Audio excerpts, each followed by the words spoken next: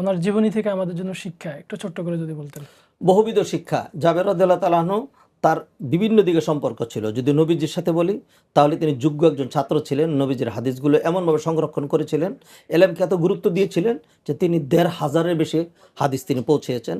যদি সন্তান হিসাবে বলি তাহলে পিতার যোগ্য একজন সন্তান ছিলেন, বড় ঋণের বোঝা তিনি রেখে গিয়েছিলেন। তার বাবার সমুদয় ঋণ তিনি ১ বছরের মধ্যে আদায় করে দিয়েছিলেন।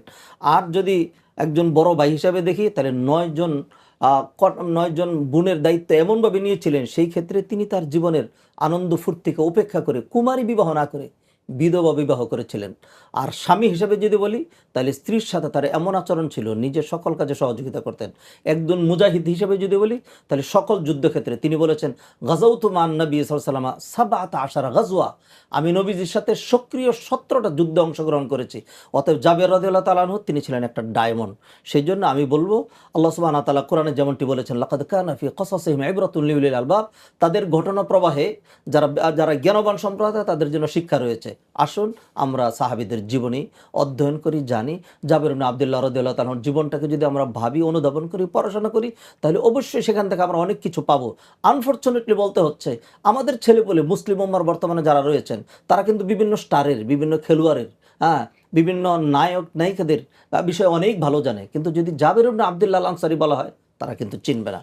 অনেকে ইমাম আবু হানিফার নামটা পর্যন্ত জানে না। সেই জন্য আমি নিবেদন করব আজকের এই মিডিয়ার মাধ্যমে, আসুন সাহাবীদেরকে জানি, তাদের চাইতে ভালো এই উম্মতের মধ্যে কে হবে। আমি যদি একটু যোগ করি, হযরত জাবির ইবনে আব্দুল্লাহ রাদিয়াল্লাহু তাআলা আনহুর শিক্ষা এখানে একজন অনুগত সন্তান, অনুগত বাবা এবং অনুগত স্বামী এবং আদর্শের মূর্ত প্রতীক, এই তিনটাই হযরত জাবির ইবনে আব্দুল্লাহ রাদিয়াল্লাহু তাআলা আনহুর জীবনে বিদ্যমান।